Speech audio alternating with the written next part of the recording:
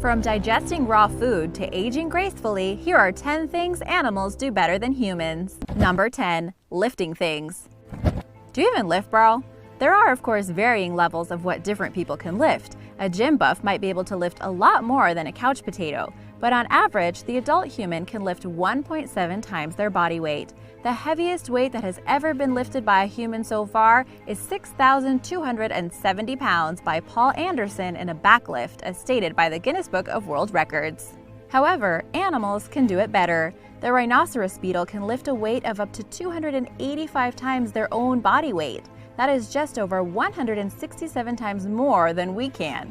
They aren't the only insects who can do this either, as ants are well known for lifting and carrying objects much bigger than themselves. They use their mandibles to lift anywhere from 50 to 100 times their own body weight. No wonder Ant-Man is so strong. As a side note, the horned dung beetle can pull up to 1,141 times its own weight. Number 9. Flying. This one isn't entirely our fault. Even though many humans dream of flying by themselves, and Peter Pan managed to conquer it, there's no way that we can physically do this without the use of something man-made, like a helicopter or an airplane or a jetpack. We have been attempting to find ways to help us fly for millennia. Greek mythology mentions the tale of Icarus, who with the help of his father created wings that were made out of feathers and wax. But as the well-known phrase goes, he flew too close to the sun. The wax melted and he died. While this is more of a metaphor than anything, people have obviously been thinking of ways to fly since ancient times. However, birds can do it effortlessly and for a long time. The common swift bird can fly for 6 months continuously without a break. That is seriously impressive. There are obviously other animals who can fly too besides birds, like bats and even flying squirrels. So overall, animals win at flying. Number 8. Digesting food. Ever had indigestion? Isn't it the most miserable thing when all you wanted was some hot wings and Coke and chocolate and you end up suffering for it for days? Indigestion in humans is caused by swallowing too much air when you're scoffing away at your food.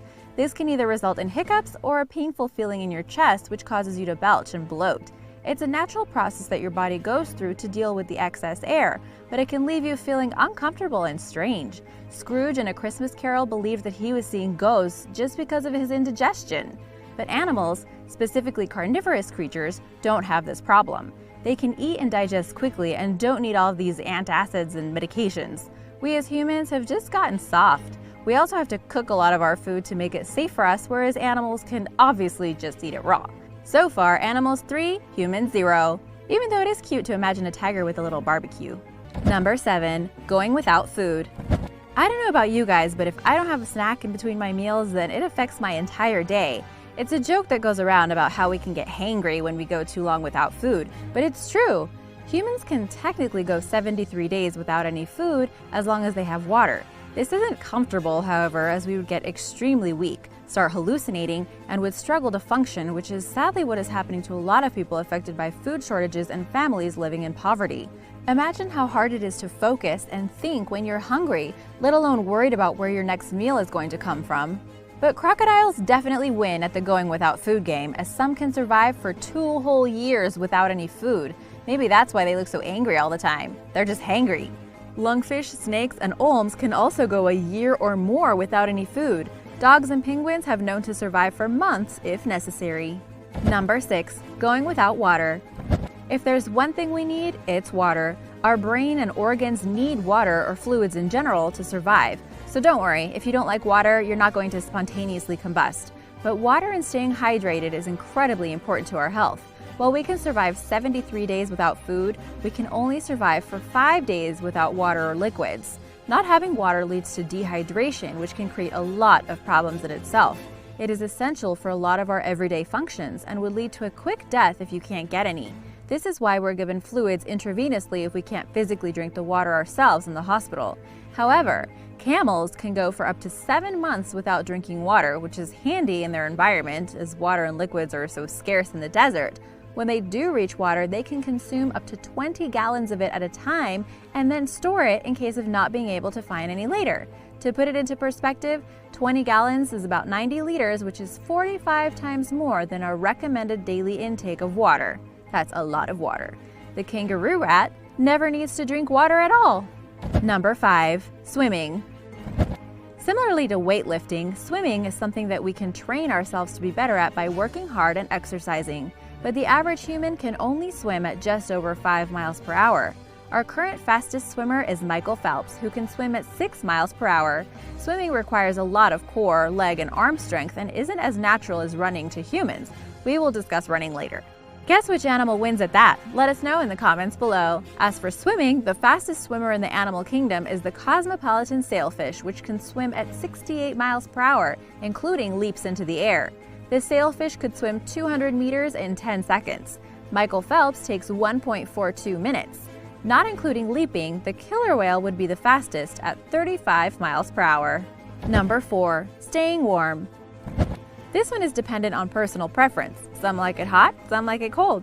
But the one thing that we have in common is that we can't survive in the cold without something man-made, like a ski jacket or a blanket or gloves. If we are too cold, we can freeze to death, like what happened to a lot of people who were left in the sea after the Titanic sank. In water that is 50 degrees Fahrenheit, hypothermia sets in, and it would take 50 minutes for you to freeze to death. The water temperature at the time of the Titanic sinking was 28 degrees Fahrenheit, which means they would have died within half an hour, which is a terrifying thought.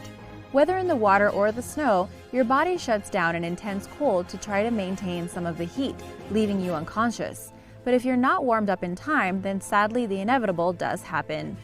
Many animals that live in cold climates, such as the Arctic and Antarctica, don't have this problem. For example, emperor penguins, while they're looking after their eggs and swimming to find food for their chicks and for themselves, they have to endure dramatic temperatures together with wind and snow. But because of their thick skin and blubber, they can survive temperatures of minus 75 degrees Fahrenheit for long periods of time. Other marine mammals, such as seals and walruses, also stay warm with the help of blubber. Number 3. Staying cool. We humans also can't survive in intense heat without some help. The profuse amounts of sweating would dehydrate us and practically cook us alive. When thinking of dying from the heat, you might also think of ancient punishments like being burned alive or something similar. Some people used to boil their prisoners in a huge cooking pot. This can actually happen from natural heat exhaustion. There are ways to prevent this by staying cool by using a fan or ice, or staying in the shade and covering your arms and head like the people do who live in desert climates. Our extreme temperatures may seem like small fry to this animal, the Pompeii worm. Aptly named after the city that was claimed by a volcanic eruption, the Pompeii worm can survive in temperatures up to a whopping 176 degrees Fahrenheit. We already start to feel uncomfortably hot at around 90 degrees Fahrenheit and would be in danger if we were out in the sun for long periods of time at anything over 100 degrees. Those in the desert know what they're doing, but tourists might not. The Pompeii worm is a deep-sea polychaete, and we all know what weird creatures live in the deep sea. These critters are very comfortable with extremes. Number 2. Growing old. Over time, we humans have improved our diets and found medicines and other remedies that help us live longer than our predecessors. It's a wonder there are so many of us now, because in ancient times, it was rare for you to make it past 30 years old. But now, the average lifespan of a human is between 75 and 80 years old. The current record holder for the oldest living person belongs to Jean Calment, who was 122 years old when she died in 1997.